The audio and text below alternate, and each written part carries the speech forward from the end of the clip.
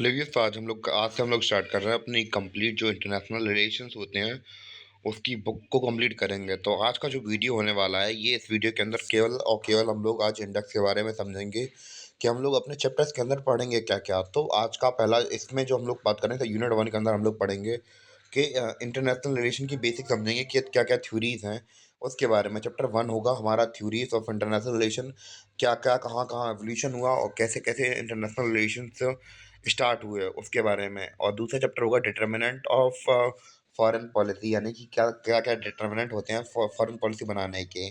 Third chapter में पढ़ेंगे evolution of Indian foreign policy, कैसे कैसे एवोल्यूशन हुआ हमारी इंडियन फॉरेन पॉलिसी का। यूनिट सेकंड के अंदर हम लोग बात करेंगे इंडिया और उसके नेबर्स के बारे में, यानी पड़ोसी के बारे में। तो सबसे पहले चैप्टर 4 में हम लोग पढ़ेंगे India and it's neighbour and overview overview लेंगे सारे नेबर्स का।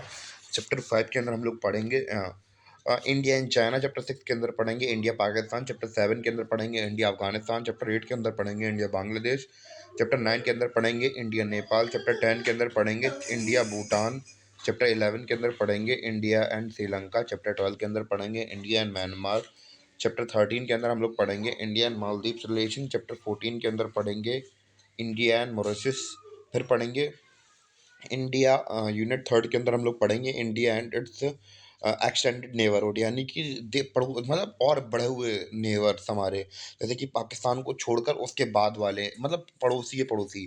फिर इसमें हम लोग पढ़ेंगे इंडिया एंड सेंट्रल एशिया, फिर India and West Asia, India and East Asia. Chapter 18 के अंदर हम लोग पढ़ेंगे India and Indo Pacific region. फिर पढ़ेंगे यूनिट 4 के अंदर पढ़ेंगे इंडिया एंड मेजर पावर्स। तो इसके अंदर हम लोग पढ़ेंगे इंडिया एंड यूएसए के रिलेशन, इंडिया एंड रशिया के रिलेशन, इंडिया एंड जापान के रिलेशन। फिर पढ़ेंगे इंडिया एंड ऑस्ट्रेलिया के रिलेशन। फिर पढ़ेंगे इंडिया एंड यूके के रिलेशन। फिर पढ़ेंगे इंडिया एंड जर्मनी के रिलेशन। फिर पढ़ेंगे इंडिया एंड फ्रांस के रिलेशन। फिर पढ़ेंगे इंडिया एंड कनाडा के रिलेशन। फिर पढ़ेंगे इंडिया एंड साउथ कोरिया के रिलेशन। फिर पढ़ेंगे इंडिया एंड यूरोपियन यूनियन। फिर पढ़ेंगे इंडिया एंड ग्लोबल साउथ के साथ कैसा रिलेशन है। India and Latin America relation पढ़ेंगे चैप्टर 29 में। चैप्टर 13 के अंदर पढ़ेंगे अफ्रीकन यूनियन के बारे में पढ़ेंगे। और फिर पढ़ेंगे यूनिट 4 6 के अंदर इंस्टीट्यूशंस एंड कन्वेंशन। तो मेन मेन जो कन्वेंशन वगैरह हैं, ग्रुपिंग्स वगैरह हैं, उनके बारे में पढ़ेंगे। तो चैप्टर 31 के अंदर हम लोग पढ़ेंगे यू एंड स्पेशलाइज्ड एजेंसीज। और चैप्टर 32 के अंदर पढ़ेंगे ग्रुपिंग एंड वेरियस इंस्टीट्यूशंस। और चैप्टर 30 के अंदर पढ़ेंगे टीटीज एंड कन्वेंशंस। टीटीज एंड कन्वेंशन तो हम लोग बात करें समझौते वगैरह होते हैं कि कौन कौन सी कंट्री ने कौन कौन से इंपॉर्टेंट समझौते वगैरह किए हैं। यूनिट 7 के अंदर पढ़ेंगे Indian diaspora and tool for diplomacy, यानी इंडियन डायस्पोरा का मतलब क्या होता है कि भारतीय लोग कहाँ कहाँ ज़्यादा मात्रा में प्रेजेंट रहते हैं। ये क्या है, एक सॉफ्ट पावर है। तो चैप्टर 34 के अंदर हम लोग बात करेंगे Indian and it's diaspora relation, के इंडिया के अंदर हम लोग बात करें कि अलग अलग कंट्रीज के अंदर हमारे लोग प्रेजेंट हैं, उसी के बारे में बात करेंगे। सॉफ्ट पावर क्या होती है उसके बारे में थोड़ी चर्चा करेंगे।